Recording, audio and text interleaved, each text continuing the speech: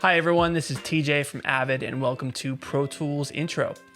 In this video, I'm going to show you how to make kind of an acoustic lo-fi song like the one that you heard in the introduction, using a combination of acoustic instruments, electric instruments, loops that can be found in Pro Tools Intro, and a MIDI keyboard. Everything that we're doing in this video is included with Pro Tools Intro, and you can make the same exact song that we make, so feel free to follow along. And without any further ado, let's go ahead and jump into Pro Tools and get started. So what we have here is a brand new session in Pro Tools Intro, and the only tracks that I have are my click track or metronome and my mix bus, which is routing all of my audio out through my speakers. The first thing we're going to want to do in this session is set our tempo, and for that, let me show you a really cool trick that I use all the time. If you double click on this red triangle right here, the tempo change dialog box will open, and if I press T on my keyboard in rhythm, you can see that Pro Tools calculates my BPM for me, and I can tap my tempo in. Looks like I'm somewhere around 86 to 87 BPM. Let's call this 90 and press OK. The next thing I'm going to want to do is go ahead and load a drum loop into our session. Pro Tools Intro comes with some really great drum loops and samples that are super inspiring, and we can find these by going up here to Window, going down to New Workspace, and clicking on Soundbase. Soundbase is a really powerful tool because it takes all the loops and samples that are included and organizes them and collates them in a way that's really easy to navigate and find things. Next to all your loops and samples, we have this little play icon, and if you press it, you can hear a preview of your sample when deciding what to put in your session. Make sure to take some time and explore all of these sounds and loops to find some things that inspire you. There's some great stuff in here, but for today, I'm going to be using some of my favorites. One more thing I want to show you in this workspace window is this green button up here with the metronome. What this does is when selected, it takes loops in Soundbase and quantizes them to your session so that everything you're dragging is the same tempo as the rest of your session. I have a drum loop that I really like right here, and all I have to do to get it into Pro Tools is click, drag, and drop it anywhere in my edit window. I'm going to take this with my grabber tool, click and drag up to the front of our session, and if I press play, we should hear this drum track lined up with the rest of our session.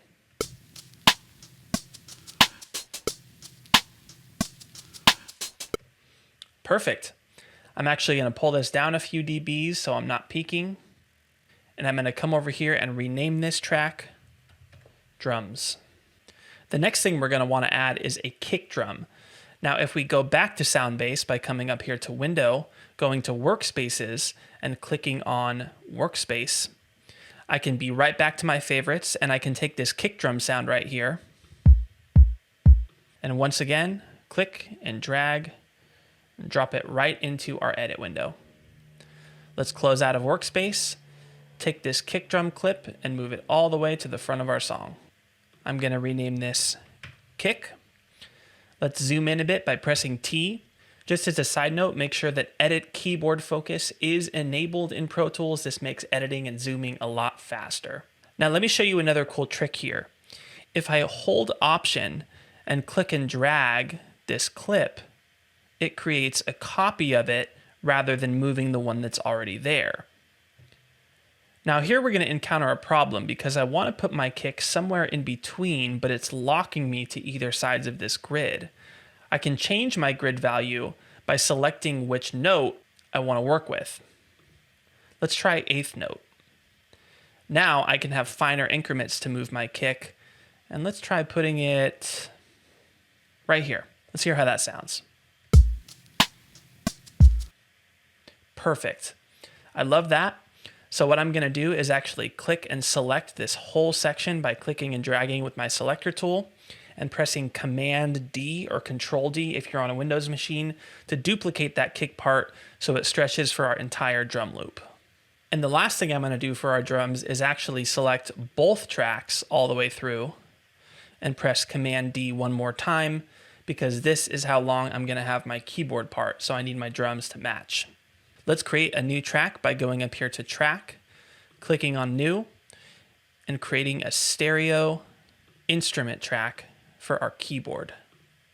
Before we do anything else, let's name this track Keys, and let's record enable it so anything we play on our keyboard we can hear coming back to us through our speakers. Now we're going to come over here to our inserts, and inserts are where we can put things like virtual instruments. The one we're going to use today is called Expand.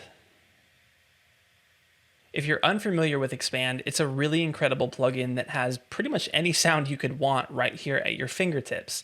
So as always, I encourage you to go through the presets and find things that inspire you, but I have a patch that I really like saved right here.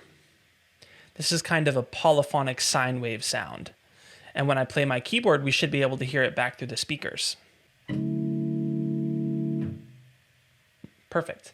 Let's close out of Expand and track our keyboard part. Our keys track is record enabled, and the last thing we have to do is press this record button at the very top of our edit window. Press enter to make sure that we're at the beginning of our track. And when I press spacebar, Pro Tools is going to count us in for 1 bar since I have my count offset. And we're going to start recording. Here we go.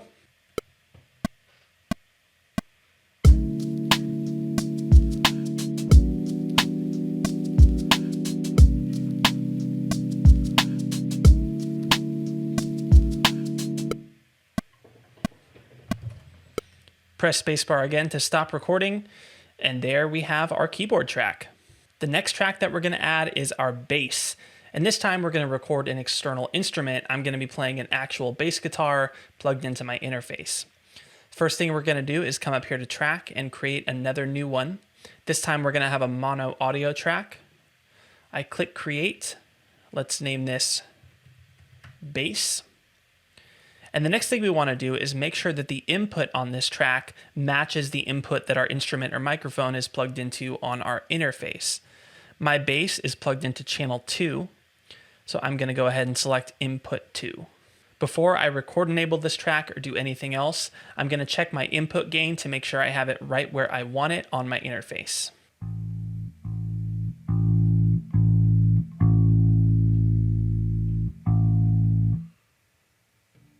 Now that my bass is plugged in and my gain is adjusted right where I want it, I'm going to record enable my bass track, turn off record enable on my keys track, and I should be able to hear my bass coming back through my speakers. Great. Now, there's a really cool plugin that's included with Pro Tools Intro called SansAmp PSA1, and if we go over here to our inserts, go to harmonic, we can find it right here. I really love this plugin on bass in particular. There's a setting that I used on this song that I really enjoyed, and that was under bass, called Only Bass.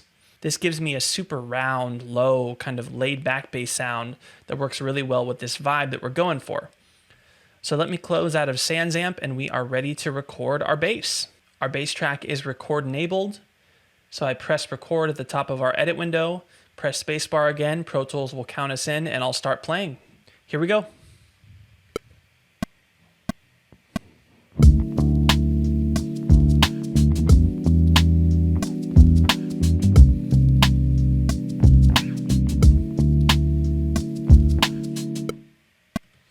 Press spacebar again to stop, and now we have a bass track. I'm going to go ahead and select the extra that I don't want here with my selector tool, press B to cut it, and then select it and delete it, since we don't need it because we want this to stick to the loop nice and clean. The last thing that I'm going to add is an acoustic guitar to really tie this all together. First thing I'm going to do, once again, I'm going to come up here to track, click on new, and create another mono audio track. I'm going to call this acoustic guitar. Press OK. And for this track, since I'm going to be recording my acoustic through a microphone, I want to make sure that I'm using headphones because we don't want any feedback coming at us through our monitors. As always, before we do anything else, let's set the input gain on our interface to make sure our mic is picking up the acoustic at a really good, solid level.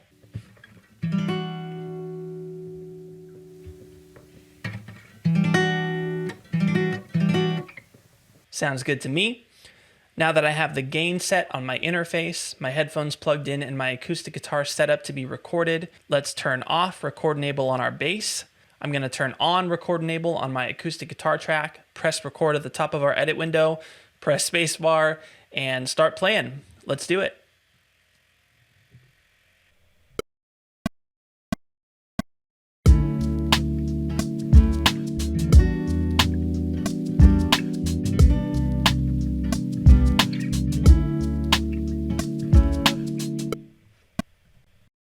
Perfect. I turned off record enable on my acoustic guitar track. Let's go back to the top here. And just like last time, I'm going to clip the end of this by pressing B and deleting. And now I'm going to use some EQ to kind of add some magic to this raw acoustic guitar. If we press solo right here, we're going to hear only our acoustic guitar and nothing else. I'm going to click the clip to make sure that Pro Tools plays it back for me in a loop so I can adjust what I'm doing in real time. And lastly, I'm going to turn off my metronome so I'm hearing only my acoustic. Come over here to inserts one more time. Let's go to plugin, and this time go to EQ, and we're going to use EQ3 7-band. 7-band EQ is a very powerful tool, and it can look a bit overwhelming the first time that you see it, but you can always use presets if you're not sure where to go first. Let's go up here to acoustic guitar presets and find something that describes what we're looking for. I definitely want to add some sparkle to this, so let's try that and let's press play.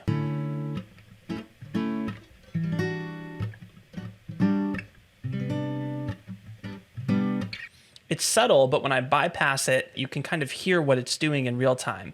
The other thing I'm going to do is turn on a low cut at a really steep curve to kind of get rid of any booms or rumbles that the mic might have. Let's put this right around 80 Hertz. Let's hear that.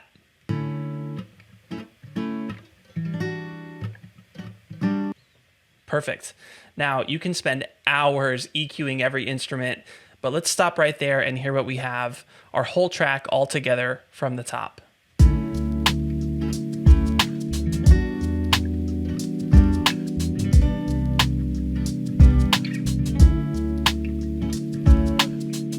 And there you have it.